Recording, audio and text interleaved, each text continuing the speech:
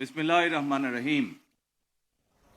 Police সপ্তাহ 2026 উপলক্ষে ঐতিহাসিক রাজারবাগ পুলিশ লাইন্সের প্যারেড গ্রাউন্ডে উপস্থিত মন্ত্রিপরিষদের সদস্যবৃন্দ, উপদেষ্টা এবং জাতীয় সংসদের সদস্যবৃন্দ, ইন্সপেক্টর জেনারেল অফ পুলিশ, বিভিন্ন পর্যায়ের পুলিশ কর্মকর্তা ও সদস্যগণ এবং সম্মানিত সুধীমণ্ডলী, আসসালামু আলাইকুম।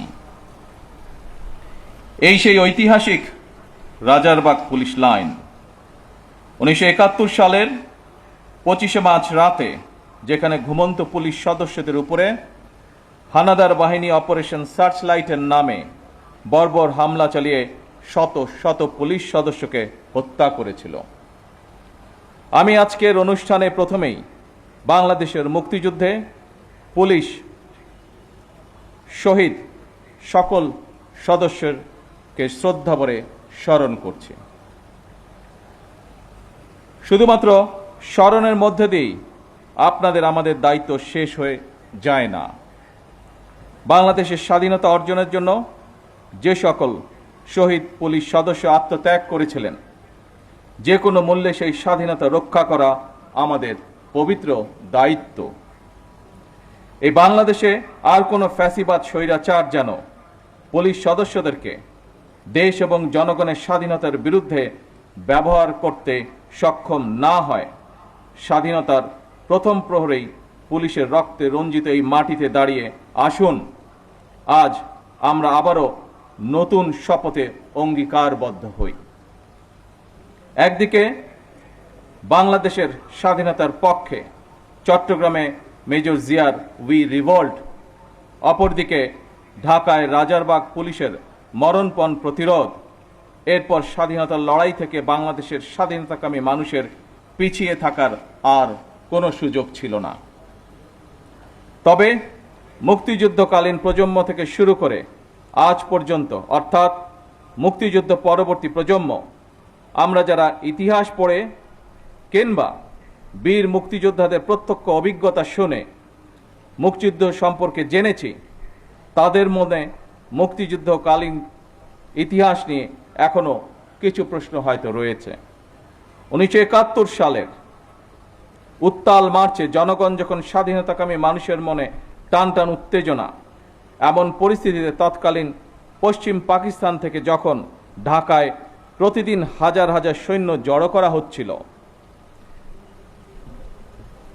এমন পরিস্থিতিতে সকল পুলিশ সদস্যদেরকে রাজারবাগ পুলিশ লাইন্সে একসঙ্গে জড়ো করে রাখার পেছনে তৎকালীন রাজনৈতিক নেতৃত্বের কি যুক্তি বা কৌশল কাজ করেছিল, বাংলাদেশের স্বাধীনতা এবং মুক্তিযুদ্ধ সম্পর্কে যারা এখনো গবেষণা করছেন, এটি এখন তাদের জন্য একটি গবেষণার বিষয় হতে পারে বলে আমি মনে করি। উপস্থিত পুলিশ কর্মকর্তা এবং সদস্যবৃন্দ, আনন্দঘন আয়োজনে এতক্ষণ আপনাদের বর্ণিল প্যারেড সকলে উপভোগ করেছে। আমার কাছে এটি শুধু একটি আনুষ্ঠানিকতা মনে হয়নি, বরং এটি ছিল পুলিশ সদস্যদের শৃঙ্খলা, আত্মমর্যাদা, দায়িত্ববোধ এবং সুন্দর ভবিষ্যতের দিকে দৃপ্ত পায়ে এগিয়ে চলার অবিচল অঙ্গীকারের বহিঃপ্রকাশ। দীর্ঘ 1.5 দশকেরও বেশি সময় ধরে ফ্যাসিবাদ বিরোধী আন্দোলনের সংগ্রামের ধারাবাহিকতায় 2024 সালে ছাত্র জনতার এক রক্তক্ষয়ী গণ অভ্যুত্থানের পরে দেশের স্বাধীনতাপ্রিয় গণতান্ত্রিকামী মানুষের আকাঙ্ক্ষার প্রতিফলন হচ্ছে জনগণের রায় গঠিত বর্তমান সরকার। বছরের পর বছর ধরে অসংখ্য হামলা মামলা শিকার, নিপীড়িত, নির্যাতিত অধিকারহারা মানুষ বর্তমান গণতান্ত্রিক সরকারের সময় শান্তি এবং নিরাপত্তা চায় জনগণ। দেশের জনগণের শান্তি এবং নিরাপত্তা নিশ্চিত করা আপনাদের কার্যক্রম, অর্থাৎ পুলিশের ভূমিকার উপরেই সবচেয়ে বেশি নির্ভরশীল। আপনারা জনগণের জানমালের নিরাপত্তা নিশ্চিত করতে সাধ্য এবং সামর্থ্যের সবটুকু দিয়ে চেষ্টা করবেন, এটি আপনাদের কাছে বর্তমান সরকারের প্রত্যাশা। উপস্থিত অফিসার এবং পুলিশ বাহিনীর সদস্যবৃন্দ, ত্রয়োদশ জাতীয় সংসদ নির্বাচন প্রমাণ করেছে বাংলাদেশ পুলিশের পক্ষে দক্ষতা এবং পেশাদারিত্বের সঙ্গে দায়িত্ব পালন সম্ভব। শুধু দেশেই নয়, জাতিসংঘ শান্তিরক্ষা কার্যক্রমেও বাংলাদেশ পুলিশ দক্ষতা এবং সুনামের সঙ্গে কাজ করে যাচ্ছে।